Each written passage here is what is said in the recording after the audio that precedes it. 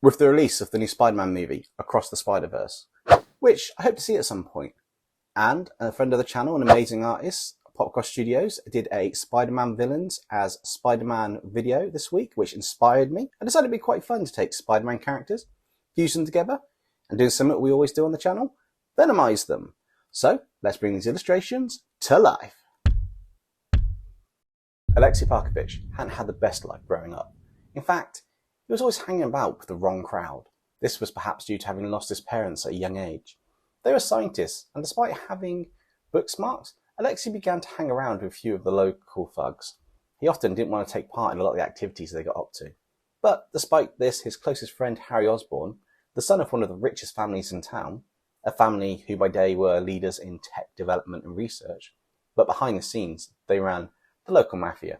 Due to this, even though Aleksei was a prized employee of Oscorp during the day, when he wasn't working in the lab, he was a low-time criminal due to his morals. He often went along with the smaller crimes in order to fit in with Harry and his thrill-loving personality. One evening, he was working late in the lab on a series of chemical and radiotherapy treatments meant to give an artificial skin covering that would grant superhuman strength, while wearing the skin suit, which was strangely based on a rhino.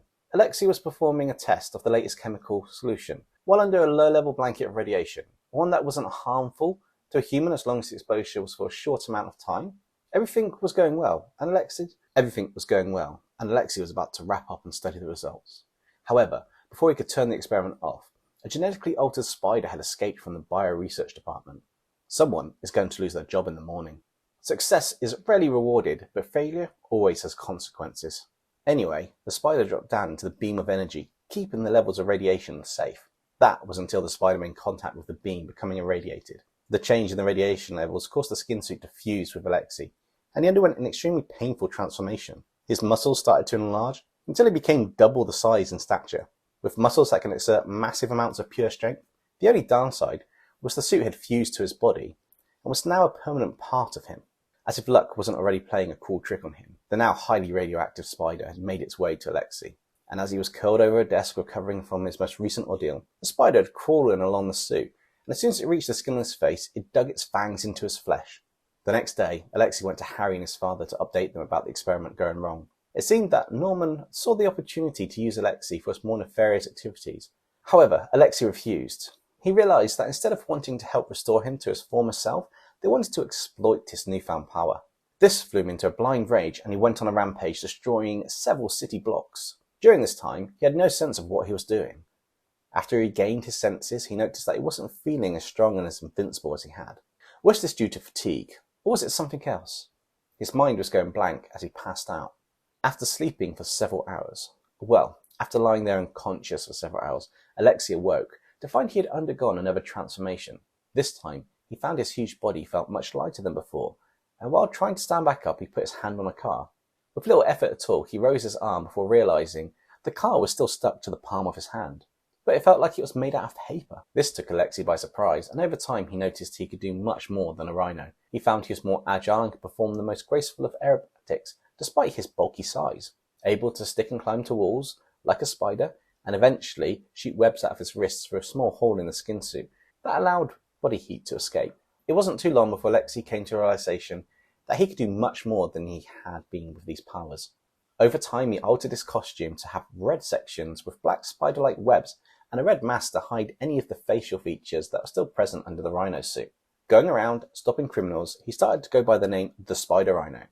And he was surprisingly good at stopping crime, even stopping the well-known supervillains time and time again.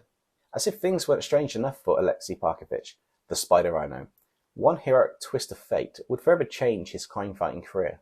The Spider Rhino went to save the crew of a space shuttle, which had returned to Earth with some extraterrestrial samples. The shuttle, however, was out of control, and as he pulled the crew out from the shuttle, he noticed his body was covered in some black oil-like substance. Little did the Spider Rhino know that this black substance was an alien life form, one that over time bonded with his DNA and altered his form into a large, black-suited, hulking mass with a glowing blue symbol on his chest, and two rather large, glowing, blue eye-like shapes on the face. As he awoke, he was in front of a building looking at his reflection, and startled at seeing this strange new form looking back. But what took him by surprise was the rather long lizard-like tongue coming out from a rather terrifying mouth. After a few moments passed, Aleksei was filled with suspense. of more power and strength than he'd ever had before, and a newfound determination to fight criminals he encountered. It didn't take long before this new form of the Spider Rhino left fear in the hearts of the criminals and supervillains of the city, even those who wanted to take his power for their own, all the while aware that this venomized Spider Rhino was there in the shadows, waiting for the time he can bring them all to justice one way or another.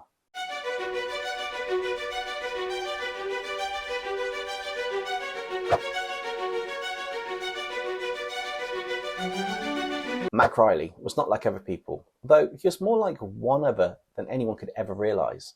The reason for this was he was a clone. Yes, a clone of the dead hero, the Spider Scorpion. A hero who had spent his life saving people and stopping criminals. The hero's true identity was Ben Gargan. In fact, Mac and Ben had met, and at one point they even fought with each other, thinking that they were both the original and the other one was the clone. Eventually they ended up teaming up, when their fight caused innocent civilians to be put in danger. Both versions of the Spider Scorpion confronted the crazed scientists who created the clone, and after defeating the madman, they went their separate ways. It wasn't until 7 years later, when the clone of Ben Gargan, Mac Riley, returned to the city while travelling. He'd wondered how the original had been protecting the city. As you can imagine, the shock and surprise when he came across a newspaper with the front page headline, Spider Scorpion, Scourge of the City, Dead. He spent a bit of time after that reflecting on his encounters with the original Spider Scorpion and thinking about the memories he had of his childhood. Well, Ben's memories. Without realising it, he'd wandered to his old neighbourhood and was spotted by somebody who knew Ben Gargan. This person dropped the items in their hands and looked in shock and bewilderment as a doppelganger of Ben stood there in front of them. After explaining that his name was Mac Riley and he had no idea who this Ben person was, he continued on his way wandering in the city. It wasn't long before he saw the local crime gangs and villains robbing banks and wreaking havoc on the city. With little effort, he stopped a few of the small class criminals without revealing his identity, leaving them confused as to why they were stuck in a form of webbing. Feeling confused, Mac Riley had sworn to never take on the mantle of the Spider Scorpion again. The world wasn't big enough for the both of them, but now there weren't two Spider Scorpions. He was the only one left. And as he just found out, it didn't take long before he did the right thing and stopped a bunch of thugs. A few days later, Mac had put the costume back on and started picking up where the original had left off. It wasn't long before word spread that there was a copycat of the Spider Scorpion going around stopping criminals and saving people throughout the city. Many were excited about the return of the Spider Scorpion, but there were just as many who despised it, seeing another Spider Scorpion looking just like the hero they loved, same costume, same abilities, but they'd all seen the original die. They were outraged that someone would copy the fallen hero to such an extent. Mac understood their feelings, but what was he meant to do? He was in every way possible the Spider Scorpion. One night, while on patrol, Spider Scorpion spotted a bunch of criminals breaking into the labs of Smythe Industries, a leading research facility. Smythe Industries had been in the news recently, as they had just won a contract with the space program to study the samples of space rock and minerals from a comet that passed recently. Within moments, Spider Scorpion captured the thugs on guard outside of the lab. Moving inside the lab, he saw a strange rock in a glass container, with parts of what looked like they were moving. It was mesmerizing. This thing was kind of alive. This distracted our hero long enough for someone to hit him with such force he smashed into the container, breaking it, and getting covered in whatever this moving rock was. All of a sudden, a large blackish-purple cocoon had covered Spider Scorpion from head to toe. The thug looked in shock at what was happening before him. As he stood there, he thought to himself, have I done it? Have I killed this Spider Scorpion wannabe? He wasn't that tough. Just then, the cocoon burst open, and this greenish-blue covered creature with glowing orange eyes and a long lizard-like tongue was standing before the criminal. What was this creature? What was going on? This creature was clearly the Spider Scorpion that was pushed into the glass container, but what was the strange form with a moving substance all over it? As the thug stood there, fear started to fill his senses. Spider Scorpion swung its tail at the criminal, hitting him with such force it sent him flying straight through the window to the outside of the lab. During the confusion, the criminal somehow managed to get up and limp away. Rumours of what happened started to spread in the underground, and over time, more and more accounts of this terrifying form of Spider Scorpion started to fill the news. Surprisingly, those who had protested Spider Scorpion since taking up the mantle were now joyfully supporting this now much more intense and harsh version, one that went around putting most of the criminals they encountered in hospital.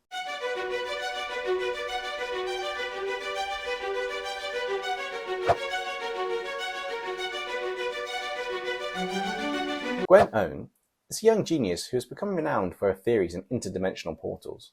Although just theories, Gwen had caught the eye of the Fisk Foundation, a rather large and wealthy organisation owned by the Fisk family. They wanted to fund her research to creating these interdimensional portals, although not for the same world-benefiting reasons that Gwen had. In fact, the Fisk Foundation was a public-facing front to keep the eyes of the more shady dealings of the Fisk family, one of the most powerful crime families in New York, at bay. The aim was to use this technology to strip the riches from the city and the rest of the world, as well as any other world they may encounter. During a routine test of her portal machine, Gwen was able to create a black portal, a portal that was a solid black hole in the middle of the air. It was so dark that light couldn't escape from it. Curiosity getting the better of Gwen, she decided to try and increase the size of the portal to see how large and stable she could make it. Unfortunately, this caused a massive drain on the city's power grid, and the device shut down. To her surprise, the portal still remained open. Was it stable? Was it self-sufficient? These questions ran through her mind. Before she knew it, the portal started to exert a pulling force and sucked Gwen into it before closing, leaving a dark and empty lab with no sign of the genius researcher. The experience of travelling through the dimensional portal caused Gwen to pass out, but when she awoke, she found herself floating in a white dimension surrounded by hundreds, perhaps thousands of black portals, each one leading to another point in space. Completely lost in the wondrous sight in front of her, Gwen was oblivious to the fact that she was not the only living being in this dimension. There was an unusual-looking spider which seemed to be white and covered in tiny black spots. It was almost completely invisible to the naked eye. The spider had climbed onto Gwen's arm and, without any notice, bit her. She shook her hand in pain and looked to see what had bitten her, but she couldn't see anything. As she looked at her hand, she could see the skin turning white with black holes showing on the body. She wasn't in any pain, but she was in a state of panic, wondering what was happening and what was going on. A short time later, the transformation to her body was complete. She looked at her arms and the rest of her. There was no defining features, only a humanoid shape with lots of black portals on her. It reminded her of a Dalmatian, however she didn't like the idea of being referred to as a Dalmatian girl, or some stupid nickname like that. As she finished that trail of thought, she realised she had a much bigger problem at hand. How was she supposed to get out of this dimension and back to her own? While she was thinking about the black portals around her, she lifted her arm and noticed one of the portals came over to her, and as if by some strange link, it grew larger, and she could sense it linked to another place. She put her hand into it to see what happened, to find a hand and part of the arm that went through the portal came out of her chest. Gwen jumped back in surprise, pulling her hand out of this black hole before it disappeared. Being a scientist, she wondered if she could control where her hand came out. After several small tests, Gwen realised she could not only control the appearance and disappearance of these black spots, as she nicknamed them, but she could also use them to travel back to her own dimension, with just a thought as long as she concentrated hard enough. After returning to her lab, Gwen found she was able, although with great difficulty, to change her body back to how it was before the incident, allowing her to hide her newfound powers, at least until she had a better handle on what they were and what was happening to her. The next day, Fisk came to Gwen's lab for an update. She explained that power surge caused the machinery to become damaged and it would need to be repaired. A bit annoyed, but showing more understanding than anger, Fisk asked Gwen to work on a side project. He had recently acquired one of the rocks for the latest space mission and wanted to look into the strange properties of the material. It had the potential, upon initial inspection, to cause a blast equal to a 10 megaton nuke going off, with only the smallest amount of the rock. Gwen was confused why she was asked to look at this material, but she was intrigued by the chance of a lifetime to study something from outer space. While she was in the lab one evening, she was holding a fragment of the rock when the readings from the scanner started to show signs of life. As she looked back at the rock in her hand, some ooze-like tendrils were coming out of it. As if by instinct, she opened a portal in her hand, sending the rock back into the containment unit. As the portal closed, part of a tendril landed on her hand and began to replicate at speed, crawling up her arm. Despite creating several of the spots up her arm, this had little to no effect. Gwen portaled away from the ooze, and for the most part, most of the mass of the ooze was left on the floor. As she came out of another spot across the lab, she noticed parts of the ooze were still clinging to her, as it was bonding with her DNA. Emerging after a desperate struggle was a dark-coloured mass with white spots over it. It was at this moment the venomized form of Gwen Spot was born.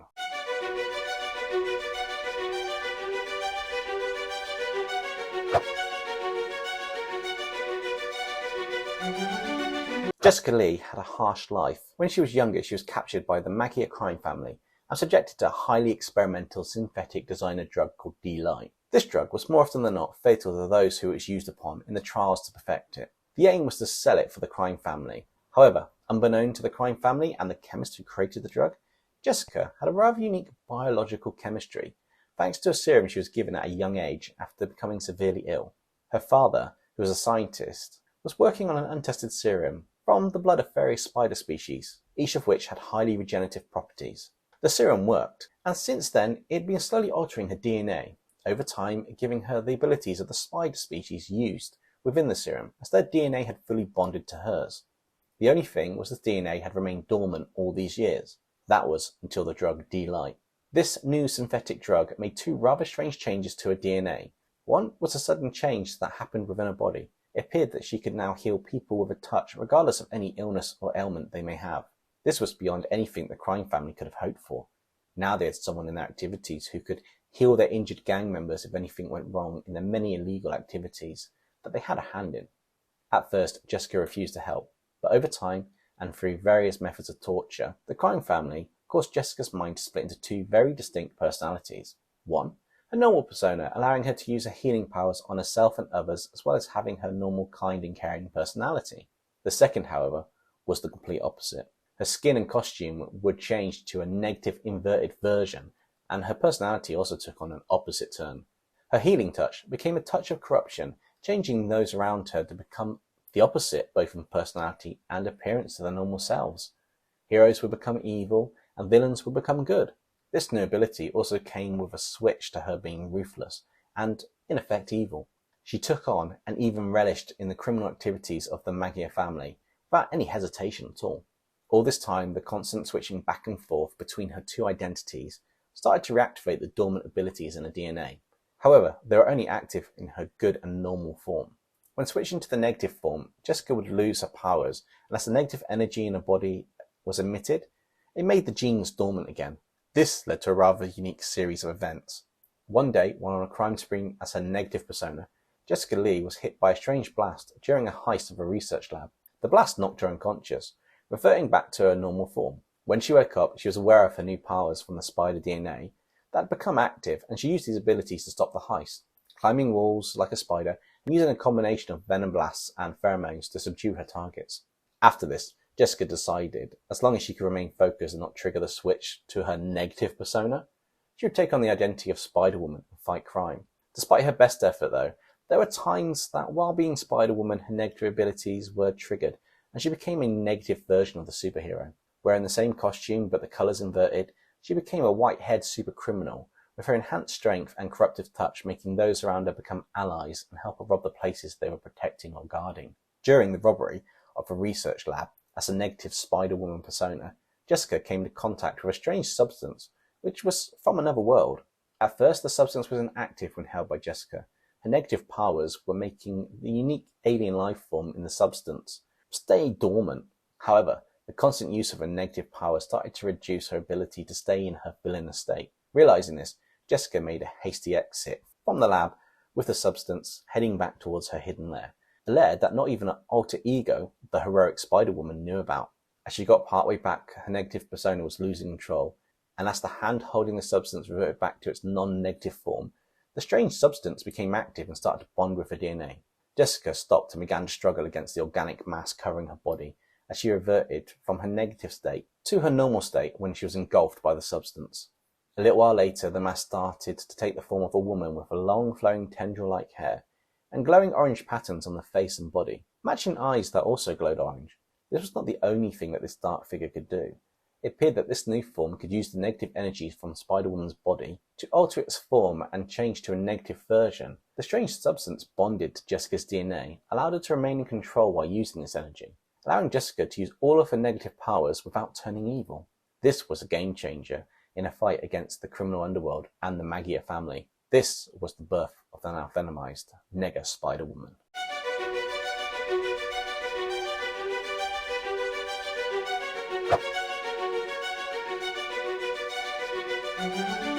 I hope you all enjoyed today's video, which I had a lot of fun doing, and I think I might do some more Spider-Man stuff on the channel, so let me know in the comments below what other Spider-Man related things we could possibly do. Look forward to hearing your suggestions. The artwork came out amazing on this one. I think my favourite one has to be the Nega Spider-Woman, just because of the fact of the colour scheme. It works really well with all those negative effects. I did think I might not be able to invert colours in Procreate, but found a way. Also, I just kind of like the pose and the whole dynamic of it with the colours. I think it looks really, really cool, and it just works really well. Don't forget, you can still enter this month's community redraw. There's still time. All you've got to do is design your own SCP, a little bit of lore with it, and submit it either on the Discord or via email. Details are in the description below. If you're new to the channel and you like this video, why not check out some of our other Venomized videos on the channel? We've got Venomizing Marvel characters in an epic story arc, Venomizing Transformers, even Pokemon. Plus, there's a whole host of other content for you to check out. That's it for today's video, but I'll see you Monday on our live stream where we're going to continue venomizing across the Spider-Verse. Stay safe, everybody. Catch you next time.